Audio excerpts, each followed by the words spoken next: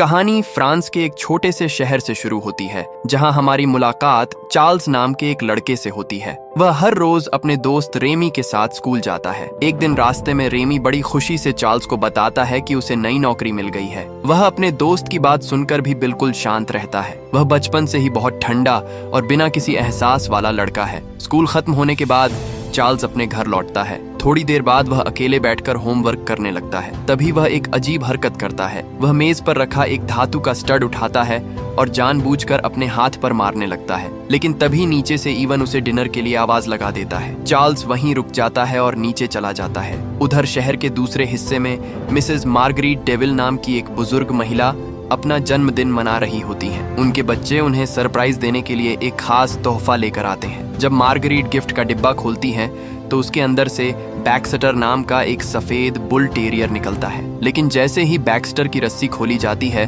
पूरा घर सिर पर उठा लेता है। कुछ देर बाद मार्गरेट एक ब्यूटी सैलून पहुंचती है। वहां बाल बनवाते समय वह अपने हेयर ड्रेसर को बैक्स्टर की सारी हरकतें बताती है। वह कहती है कि जब से यह कुत्ता घर आया है उसकी वजह से हर दिन कोई न कोई नई परेशानी खड़ी हो जाती है। वह मुस्कुराकर कहता है कि नए घर में आने के बाद ज्यादातर कुत्ते शुरुआत में ऐसा ही बर्ताव करते हैं। सैलून से निकलने के बाद मार्गरेट अपने दोस्त काजो के साथ घर लौट रही होती है। रास्ते में काजो उसे सलाह देता है कि अगर उसे अब भी बैक्स्टर से डर लगता है तो वह अपनी बेटी फ्लोरेंस को बुला ले। फ्लोरेंस कुत्ते को उसके पुराने ठिकाने वापस छोड़ आएगी और सारी परेशानी खत्म हो जाएगी। लेकिन यहाँ एक ऐसा राज छिपा है जिसके बारे में किसी को कुछ पता नहीं है। बैक्स्टर कोई साधारण कुत्ता नहीं है, वह बेहद समझदार है। वह इंसानों की बातें, उनकी आदतें और उनके चेहरे के भाव तक बड़ी आसानी से समझ लेता है। बैक्स्टर के दिन का सबसे पसंदीदा समय वह होता है जब उसे बाहर बगीचे में घूमने का मौका मिलता है, लेकिन उसकी यह खुशी ज्यादा देर नहीं टिकती।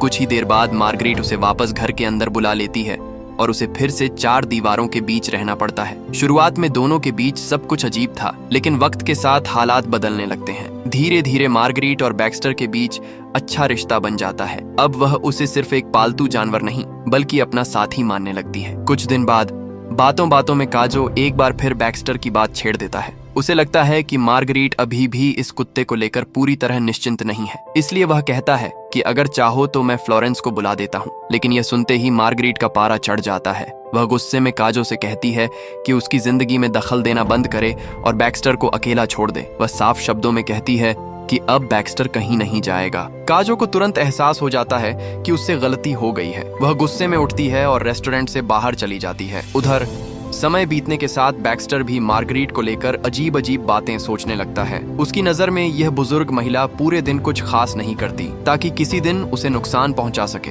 एक दिन खिड़की से बाहर झांकते हुए बैक्स्टर देखता है कि पड़ोस वाले घर में एक नया युवा जोड़ा रहने आया है। उनका नाम जीन और एनी है। काफी समय बाद बैक्स्टर की दिलचस्पी किसी नई चीज में जागती है और वह दोनों पर चुपचाप नजर रखने लगता है। उसी शाम चार्ल्स भी अपने घर लौटता है, लेकिन जैसे ही वह अंदर कदम रखता है उसे समझ आ जाता है कि उसकी माँ ने फिर से घर पर लोगों की महफिल जमा रखी है। चार्ल्स किसी से बात नहीं करना चाहता, इसलिए चुपचाप ऊपर अपने कमरे में जाने की कोशिश करता है। मजबूरी में चार्ल्स सबका स्वागत करता है और फिर सीधे अपने कमरे में चला जाता है। वहां पहुंचकर वह दूसरे विश्व युद्ध के सैनिकों की पुरानी तस्वीरें देखने लगता है। चार्ल्स को युद्ध और हिंसा जैसी चीजों में एक अजीब सी दिलचस्पी थी। उधर मार्गरेट के घर में बैक्स्टर का पूरा ध्यान हर वक्त अपने नए पड़ोसियों जीन और एनी पर ही रहता है। धीरे धीरे उसकी यह आदत इतनी बढ़ जाती है कि वह किसी भी हालत में उस जगह से हटना नहीं चाहता। एक दिन उसे लगता है कि मार्गरेट उसे खिड़की से दूर करने वाली है, तभी वह अचानक उन पर झपट पड़ता है। बैक्स्टर के इस हमले से घबराकर मार्गरेट का संतुलन बिगड़ जाता है और वह सीढ़ियों से गिरकर घायल हो जाती है। अगले ही दिन फ्लोरेंस को यह खबर मिलती है। वह बिना देर किए अपनी माँ के घर पहुंचती है और उनकी घायल टांग पर पट्टी बांधकर उनकी देखभाल करने लगती है। कुछ देर बाद एक केनल का मालिक भी वहां आता है ताकि इस मुश्किल समय में मार्गरेट की थोड़ी मदद कर सके। मौका देखकर मार्गरेट उससे पूछती है कि आखिर बैक्स्टर इतना अजीब व्यवहार क्यों कर रहा है। उस आदमी की बात सुनकर वह हैरान रह जाती है। वह कहता है कि शायद बैक्स्टर को ऐसा लगता है कि उसके पुराने मालिक ने उसे छोड़ दिया है जब उसे नए घर भेजा गया। शायद यही वजह है कि उसके अंदर इतना गुस्सा और बेचैनी भरी हुई है। इसी बीच फ्लोरेंस नई बेडशीट लेकर आती है और अपनी माँ से कहती है कि जब तक उनका टखना ठीक नहीं हो जाता उन्हें नीचे ही सोना चाहिए। इसके बाद कई रातों तक मार्गरेट नीचे बने सोफा बेड पर ही सोती हैं, जबकि बैक्स्टर हमेशा की तरह चुपचाप खिड़की के पास बैठकर जीन और एनी की हर हरकत पर नजर रखता रहता है। दूसरी तरफ चार्ल्स का युद्ध के इतिहास के प्रति जुनून भी लगातार बढ़ता जा रहा था। एक शाम वह दूसरे विश्व युद्ध पर बनी एक डॉक्यूमेंट्री देखता है। उसमें दिखाए गए सोवियत सेना के बंकर उसे इतने पसंद आते हैं कि वह उनके नक्शे प्रिंट कर लेता है। अगली सुबह काजो हमेशा की तरह ब्यूटी सैलून पहुंचता है और मार्गरीट के बारे में पूछता है, लेकिन हेयर ड्रेसर उसे एक चौंकाने वाली बात बताता है। वह कहता है कि मार्गरीट पिछले 3 हफ्तों से सैलून आई ही नहीं है। काजो बिना देर किए मार्गरीट का हाल जानने उसके घर पहुंचता है, लेकिन जैसे ही मार्गरीट उसे बाहर खड़ा देखती है वह उसे पूरी तरह नजरअंदाज कर देती है, यहाँ तक कि वह सीढ़ियों पर लकड़ी के तख्ते लगाकर उन्हें बंद कर देती, जिससे बैक्स्टर हर समय नीचे उसी के साथ रहने के लिए मजबूर हो जाता है। उधर काजो की चिंता लगातार बढ़ती जा रही थी। वह घर लौटकर कई बार मार्गरीट को फोन करता है, लेकिन वह उसकी एक भी कॉल का जवाब नहीं देती। इसी बीच मार्गरीट नहाने का फैसला करती है। पता नहीं उसके मन में क्या आता है, लेकिन वह बैक्स्टर को भी जबरदस्ती अपने साथ बाथटब में खींच लेती है। बैक्स्टर बुरी तरह घबरा जाता है। वह किसी तरह खुद को छुड़ाकर तेजी से ऊपर भाग जाता है और जाकर छिप जाता है। तभी मार्गरीट को अपनी गलती का एहसास होता है। वह उसके पीछे ऊपर जाती है, प्यार से उसे मनाने की कोशिश करती है और धीरे से माफी मांगती है। वह बैक्स्टर से कहती है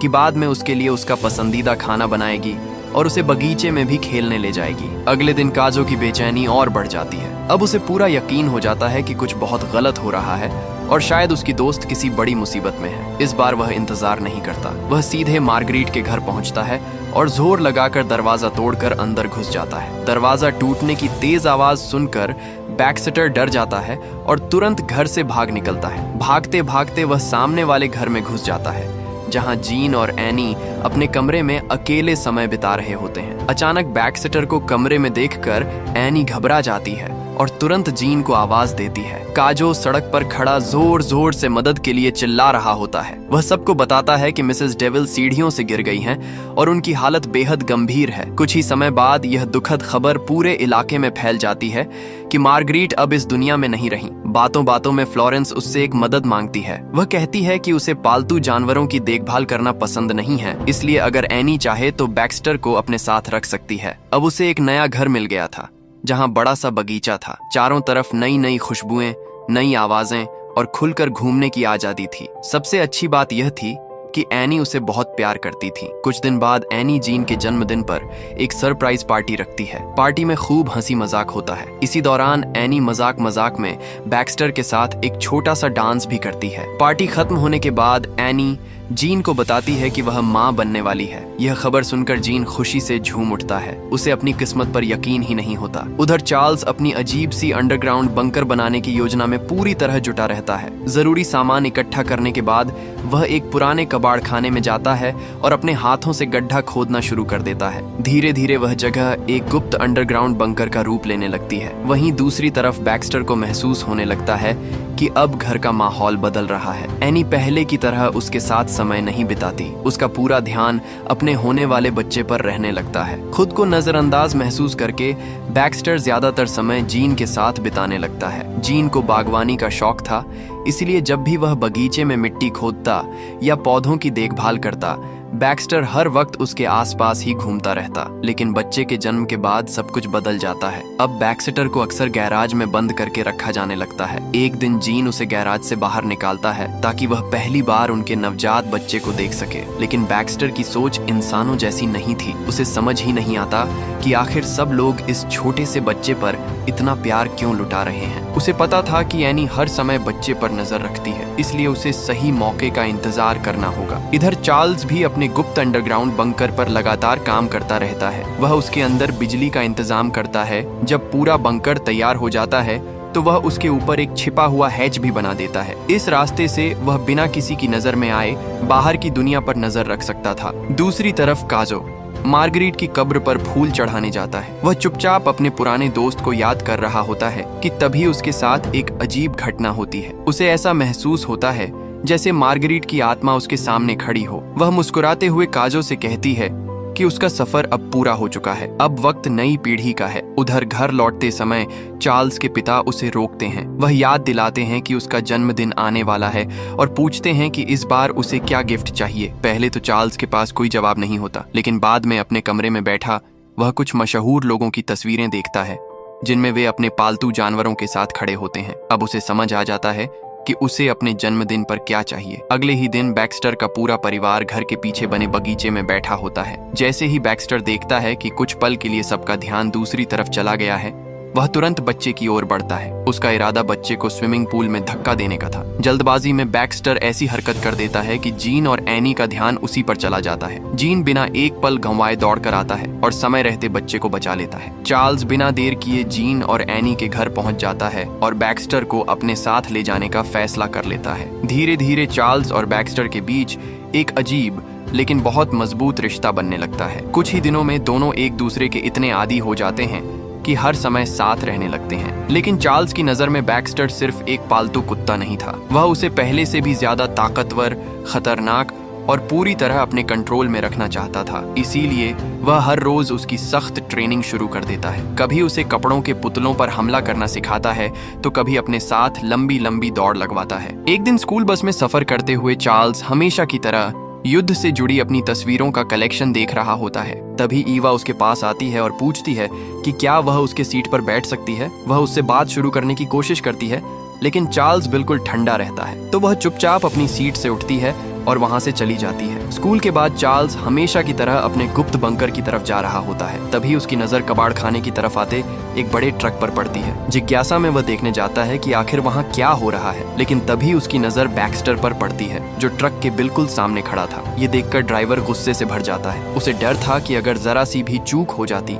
तो बैक्स्टर ट्रक के नीचे आ सकता था। इसी दौरान चार्ल्स की नजर ट्रक के अंदर बैठी एक लड़की पर पड़ती है। वह कोई और नहीं बल्कि ईवा होती है। ईवा बताती है कि गुस्से में खड़ा आदमी उसका पिता है। वह यहाँ कबाड़ खाने से पुराना सामान लेने आया है। जब उसका पिता वहाँ से चला जाता है तो ईवा धीरे से चार्ल्स के पास आती है। वह कहती है कि आज रात वह अपने कुत्ते को घुमाने के बहाने फिर से उससे मिलने आएगी। उधर घर पहुंचते ही ईवा के पिता को कुछ अजीब लगता है। वह देखते हैं कि ईवा ने अपनी माँ के कपड़े पहन रखे हैं। वह गुस्से में उससे पूछते हैं कि वह इस तरह तैयार होकर कहाँ जा रही है। ईवा अपनी असली बात छिपाते हुए कहती है कि वह बस अपने कुत्ते को घुमाने बाहर जा रही है, लेकिन उसके पिता उसकी बात पर बिल्कुल भरोसा नहीं करते। गुस्से में आकर वह उसका रेडियो जमीन पर पटक कर तोड़ देते हैं। ईवा को देखते ही चार्ल्स बैक्स्टर को अपने गुप्त बंकर के अंदर बंद कर देता है। वह नहीं चाहता था कि उनकी बातचीत के बीच कुत्ता कोई रुकावट डाले। इसके बाद दोनों शांत माहौल में साथ बैठ जाते हैं। ईवा बताती है कि उसका सबसे बड़ा सपना अपनी माँ के साथ इस शहर से दूर जाकर नई जिंदगी शुरू करना है। इधर दोनों बातें कर ही रहे होते हैं कि बंकर के अंदर बंद बैक्स्टर लगातार भौंकने लगता है। ईवा हैरानी से पूछती है कि कुत्ते को अंदर बंद क्यों किया गया है। उसे बैक्स्टर पर तरस आ जाता है। वह खुद जाकर बंकर का दरवाजा खोल देती है और उसे बाहर निकाल देती है। जैसे ही बैक्स्टर आजाद होता है, वह सीधे चार्ल्स की तरफ दौड़ता है। पहली बार उसे महसूस होता है कि चार्ल्स का पूरा ध्यान अब सिर्फ उसी पर नहीं रहा। अब उसके और चार्ल्स के बीच ईवा भी आ चुकी थी, लेकिन इस बार चार्ल्स का रवैया बिल्कुल बदल चुका था। गुस्से में वह बैक्स्टर को जोर से लात मार देता है और सख्ती से उसे दूर रहने का आदेश देता है। कुछ देर बाद अचानक एक आवारा कुत्ता कबाड़ खाने में घुस आता है। बैक्स्टर उसे अपने इलाके में घुसा हुआ दुश्मन समझता है और बिना एक पल घंवाए उस पर टूट पड़ता है। उस दिन के बाद चार्ल्स की नजर में बैक्स्टर सिर्फ एक पालतू कुत्ता नहीं रह जाता। अब वह उसे एक ऐसे हथियार की तरह देखने लगता है जिसे वह अपनी मर्जी से इस्तेमाल कर सकता है। अगली सुबह स्कूल बस में ईवा फिर चार्ल्स के पास आकर बैठती है। इस बार वह उसे एक ऐसी बात बताती है जिसकी चार्ल्स ने बिल्कुल उम्मीद नहीं की थी। वह बताती है कि बैक्स्टर की वजह से उसके कुत्ते ने कई पिल्लों को जन्म दिया है। अगले दिन चार्ल्स की मुलाकात अचानक रेमी से हो जाती है। उसी दौरान उसकी नजर जमीन में बने एक अजीब से गड्ढे पर पड़ती है, लेकिन जैसे ही रेमी नीचे उतरता है, चार्ल्स वहां पहुंच जाता है। चार्ल्स बिना कुछ बोले ऊपर रखी सीढ़ी हटा देता है। अब रेमी पूरी तरह उस गुप्त बंकर के अंदर फंस चुका था। वह बैक्स्टर से कहता है कि रेमी पर हमला कर दो। ये सुनते ही रेमी बुरी तरह घबरा जाता है। बैक्स्टर को रुका हुआ देखकर रेमी को भागने का मौका मिल जाता है। गुस्से में वह बैक्स्टर को घसीटते हुए घर ले जाता है, गैराज में बंद कर देता है और सज्जा के नाम पर उसे बेरहमी से पीटता है। उधर ईवा के घर पैदा हुए पिल्लों को देखने के बाद चार्ल्स एक और डरावना फैसला करता है। दूसरी तरफ बैक्स्टर को घर से निकाल दिया जाता है, लेकिन तभी उसके अंदर अपने बच्चों को ढूंढने की उम्मीद जागती है। वह उनकी गंध का पीछा करते हुए इधर उधर भटकने लगता है। अपने पिल्लों की मौत की सच्चाई जानकर बैक्स्टर अंदर से पूरी तरह टूट जाता है। उसके अंदर गुस्सा और दर्द दोनों एक साथ उमड़ पड़ते हैं। बिना कुछ सोचे समझे चार्ल्स बैक्स्टर पर चीजें फेंकना शुरू कर देता है। कभी पत्थर, कभी लोहे का कबाड़। वह लगातार उस पर हमला करता रहता है। वह पास पड़ा एक बड़ा लोहे का बैरल उठाता है और पूरी ताकत से बैक्स्टर की तरफ फेंकने की कोशिश करता है। वह फिसलकर ढलान से नीचे गिर जाता है और सीधे बैक्स्टर के सामने आकर रुकता है। अब वह आसानी से चार्ल्स पर हमला करके अपने पिल्लों की मौत का बदला ले सकता था। उसके हाथ में लोहे की एक भारी रॉड आ जाती है। वह बार बार पूरी ताकत से बैक्स्टर पर वार करता है। कई घंटे बाद मिशेल और इवन चार्ल्स को ढूंढते हुए कबाड़ खाने पहुंचते हैं, लेकिन वहां जो नजारा उनके सामने आता है उसे देखकर दोनों के होश उड़ जाते हैं। चार्ल्स अब भी वहीं बैठा था और बैक्स्टर के बेजान शरीर पर लगातार वार किए जा रहा था। मिशेल घबराकर अपने बेटे के पास दौड़ती है। मिशेल अपने बेटे को गले लगाती है और उसे दिलासा देती है कि अब सब ठीक हो जाएगा। इसके बाद पूरा परिवार चुपचाप वहां से घर लौट जाता है। समय बीतने के साथ चार्ल्स का व्यवहार और भी अजीब होता जाता है। अब उसका सारा ध्यान पड़ोस में रहने वाले उस परिवार पर टिक जाता है। वह किसी भी तरह उनकी जिंदगी का हिस्सा बनना चाहता है। यहीं पर यह कहानी खत्म होती है।